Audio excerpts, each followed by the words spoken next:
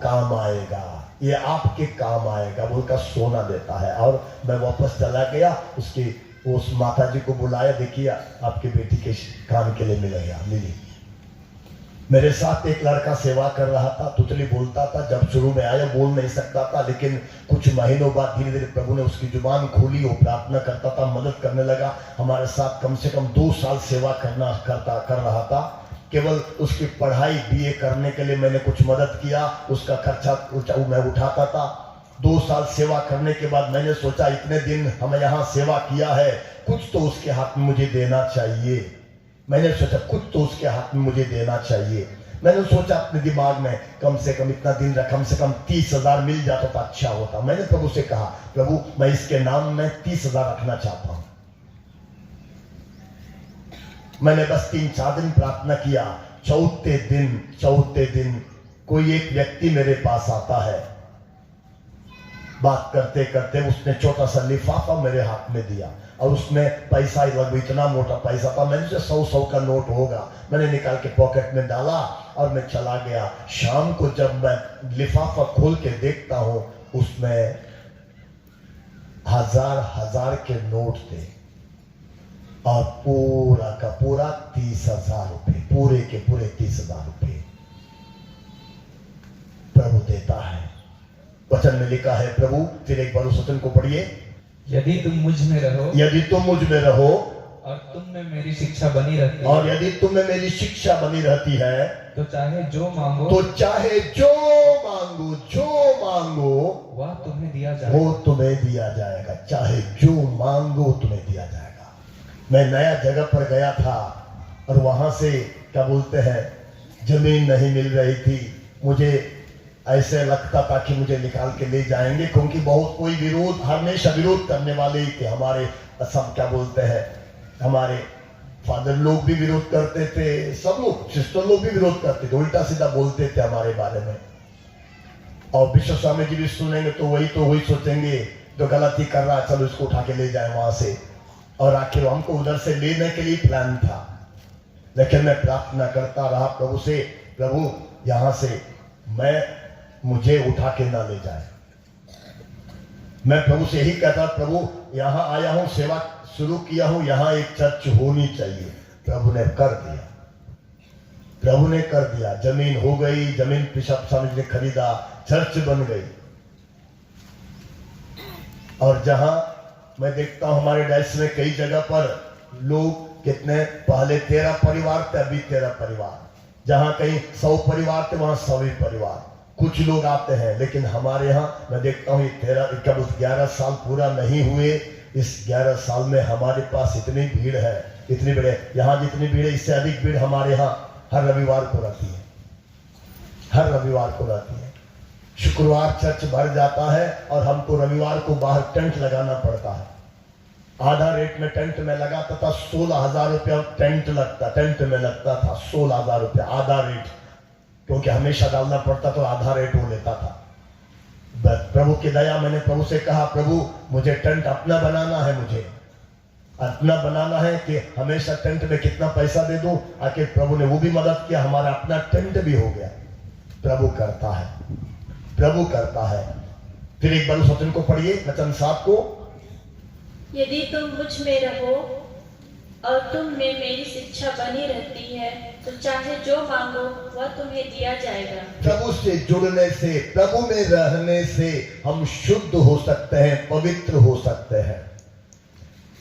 संत पेतुस के पहले पत्र में अध्याय 1 वचन 15 और 16 में पढ़ेंगे। संत पेतुस का पहला पत्र अध्याय 1 वचन 15 पढ़िए, 15-16 पढ़िए। आपको जिसने बुलाया, मुझे और आपको सबको, हम लोगों को जिसने बुलाया वह पवित्र है। आप भी उसके सदृश अपने समस्त आचरण में पवित्र बने। समस्त आचरण में पवित्र बने। ये हमने पाप स्वीकार किया। पाप स्वीकार करने के बाद हमारी जिम्मेदारी पवित्रता में चलने का एक निर्णय होना चाहिए।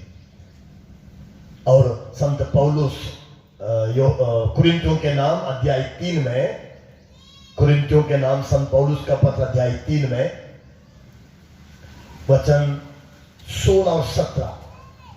क्या आप यह नहीं जानते क्या आप यह नहीं जानते कि आप ईश्वर के मंदिर कि आप ईश्वर के मंदिर हैं और ईश्वर का आत्मा और ईश्वर का आत्मा आप में निवास करता है। हमारे अंदर जो आत्मा है ना, पवित्र आत्मा की बात नहीं हो रही है, जो हम सभी के अंदर जो आत्मा है वो आत्मा परमेश्वर का आत्मा है, उसने हमारे अंदर डाला है। जब हम मां के कोख में बन रहे थे उसने अपना आत्मा डाला, और जब हम मर जाएंगे वो आत्मा वापस परमात्मा के पास जाता है। वो हिंदू का भी, मुसलमान का, बौद्ध का, जैन का, सबके आत्मा को परमात्मा के पास वापस जाना है, क्योंकि उसका आत्मा है, वो उसका है, हमारा नहीं है। मम्मी पापा से क्या मिला है हमको? ये शरीर मिला है, ये शरीर मिला है। आत्मा माता पिता से नहीं मिला है, ये आत्मा परमात्मा से मिला है, और इस आत्मा को वापस परमात्मा के पास जाना है। इसलिए वचन में संत पौलुस लिखता है कि आप यह नहीं जानते कि आप ईश्वर के मंदिर हैं और ईश्वर का आत्मा आप में निवास करता है। जी हाँ, हम सब के अंदर ईश्वर का आत्मा निवास करता है, और लिखा है यदि कोई ईश्वर का मंदिर नष्ट करेगा तो ईश्वर उसे नष्ट करेगा। अब उसके बाद हम लोगों को जो प्रभु में विश्वास करते हैं, हम लोगों को हमारा आत्मा तो है ही है, जो अंदर है वो ईश्वर के द्वारा मिला, उसके अलावा पवित्र आत्मा भी मिला है। बपतिस्मा में पवित्र आत्मा मिला, दृढ़ीकरण में पवित्र आत्मा मिला, और हर संस्कार में हम पवित्र आत्मा ग्रहण करते हैं। जब जब प्रार्थना करते हैं पवित्र आत्मा ग्रहण करते हैं। और यदि हम इस शरीर को नष्ट करेंगे तो क्या होगा? वचन में क्या लिखा है? प्रभु क्या करेगा? ईश्वर का मंदिर, क्योंकि यदि कोई ईश्वर का मंदिर नष्ट करेगा तो ईश्वर उसे नष्ट करेगा, क्योंकि ईश्वर का मंदिर पवित्र है और वो मंदिर आप लोग हैं। कितने लोगों ने देखा है आपकी गाय गुटखा और सुर्ती खाती है? कितने लोगों ने देखा है आपकी बकरी हड़िया पीती है, दारू पीती है?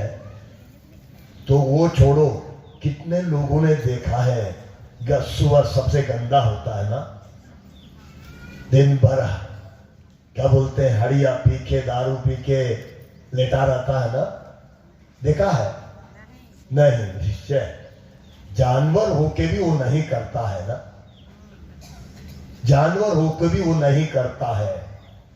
तो हम लोग इंसान होके कौन अच्छा है? किसने देखा है आपकी बिल्ली दिन भर कुड़ कुड़ कुड़ कुड़ करके आप क्या बोलते हैं कुड़कुड़ाती रहती है? देखा है? नहीं। आपका कुत्ता बार बार दिन भर गाली देता है? नहीं देता है ना। यदि कुत्ता बिल्ली भी इस तरह का गंदा काम नहीं करते हैं, लेकिन हम करते हैं, इसका मतलब अच्छा जानवर है ना। हम कितने गिरे हुए हैं ना, हम कितने गिरे हुए हैं, जबकि परमेश्वर ने हमें अपने सदृश बनाया। जानवरों को अपने सदृश बनाया तो नहीं।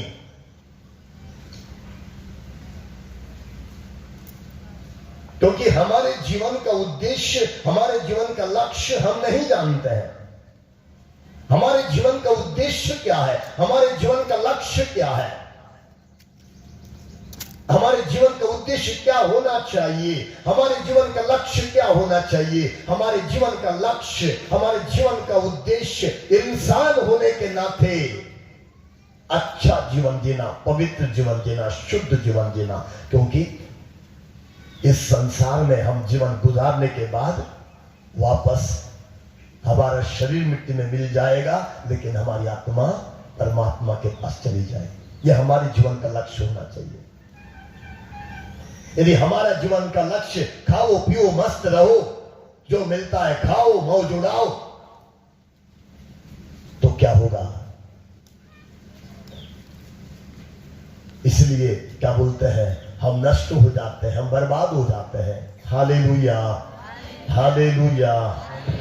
पवित्र आत्मा हमारे अंदर है। जी हाँ, हमारे अंदर ईश्वर का आत्मा और हमारे अंदर पवित्र आत्मा भी है। आपको अपने पर अधिकार नहीं है। क्यों अधिकार नहीं है? क्यों अधिकार नहीं है हमें? आगे लिखा है, वचन 17 में लिखा है, पढ़िए।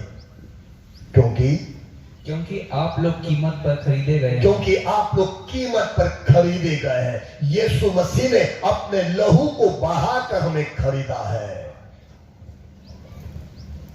मैं कल बोल रहा था ना, प्रभु ने जो दुख भोगा है, प्रभु ने दुख झेला है, हम लोग के समझ के बाद है, समझ के परे है। जो कल यहां लड़की खड़ी थी, दूसरी वाली करुणा, उसके शरीर में मैंने 5 बार प्रभु के दुख भोग को देखा। हमारे यहाँ युद्ध साधना थी, लड़के लड़कियों की साधना थी। शुक्रवार का तीसरा शुक्रवार था, साधना चल रही थी और साधना के दिन हम लोग प्रार्थना कर रहे थे और हमारे साथ हमारा टीम, हम लोग हमारे अचापुल में प्रार्थना कर रहे थे और लड़के अलग जगह पर साधना कर रहे थे। कम से कम 1.5 घंटे तक मेरे मायने मात में हमारे साथ बहुत सारे क्या बोलते यूथ लड़कियां सब थे। प्रभु का सारा दुख भोग दिखाया गया। प्रभु ने दिखाया कि किस तरह उनको कोड़े मारे गए थे। 39 कोड़े मारे गए थे। जब 29 कोड़े लग गए, 29 कोड़े लगने के बाद सब नष्ट हो गए थे। प्रभु थोड़ा समय रोक दिया गया। उसके बाद 10 कोड़े बचे थे। 10 कोड़े मारने के लिए बाद थोड़ी देर के बाद 10 कोड़े मारे गए। अब जब 10 कोड़े मारे गए तब तक प्रभु पूरी तरह क्या बोलते बेहोश हो चुके थे।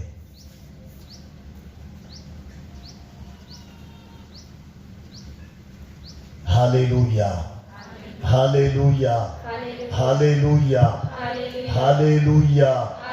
प्रभु की स्तुति हो, ईश्वर को धन्यवाद। इसलिए वचन लिखता है, वचन में लिखा हुआ है, आप लोग कीमत पर खरीदे गए हैं। प्रभु ने हमको खरीदा है, लहू बहाकर खरीदा है। प्रभु के होने के लिए हमने कुछ खोया नहीं है, प्रभु ने गवाया। प्रभु ने स्वर्ग को छोड़ा, महिमा को छोड़ा, ईश्वरीयता को छोड़ा, सब छोड़ के इस धरती पे आए, मनुष्य बन के आए और यहाँ पर उन्होंने अपने हर रक्त के हर बूंद को हमारे लिए बहाया। कितना अपमानित होकर, दुख दर्द पीड़ा सहकर, रक्त बहाते हुए, रक्त को बहाकर हमें खरीदा। हालेलुया। तो ये शरीर नशे के लिए नहीं है, ये शरीर वासना के लिए नहीं है, ये शरीर गलत काम के लिए नहीं है, ये शरीर गंदे कार्यों के लिए नहीं है, ये शरीर लड़ाई झगड़े के लिए नहीं है, ये शरीर अय्याशी के लिए नहीं है, ये शरीर प्रभु के लिए है। थिस्सलुनीकियों के नाम संत पौलुस का पत्र अध्याय 5 पहला पत्र वचन 23 कोई पढ़िए। 23 चैप्टर 5 वर्स 23। शांति का ईश्वर आप लोगों को पूर्ण रूप से पवित्र करे। शांति का ईश्वर आप लोगों को पूर्ण रूप से पवित्र करे। आप लोगों का मन आत्मा तथा शरीर हमारे प्रभु ईसा मसीह के दिन निर्दोष पाया जाए। लिखा है शांति का ईश्वर आप लोगों को पूर्ण रूप से पवित्र करे। आपका क्या है? मन, आपका मन और आत्मा तथा शरीर। मन, आत्मा तथा शरीर प्रभु ईसा मसीह के दिन निर्दोष पाया जाए। ईसा मसीह के दिन, ये सारे ईसा मसीह के दिन है। जब से ईसा मसीह संसार में आए हैं तब से ईसा मसीह के दिन है। और इन ईसा मसीह के दिन मतलब हम सबको ईसा मसीह के सामने पवित्र निर्दोष पाए जाएं। कैसे? कहां से? मन, आत्मा तथा शरीर।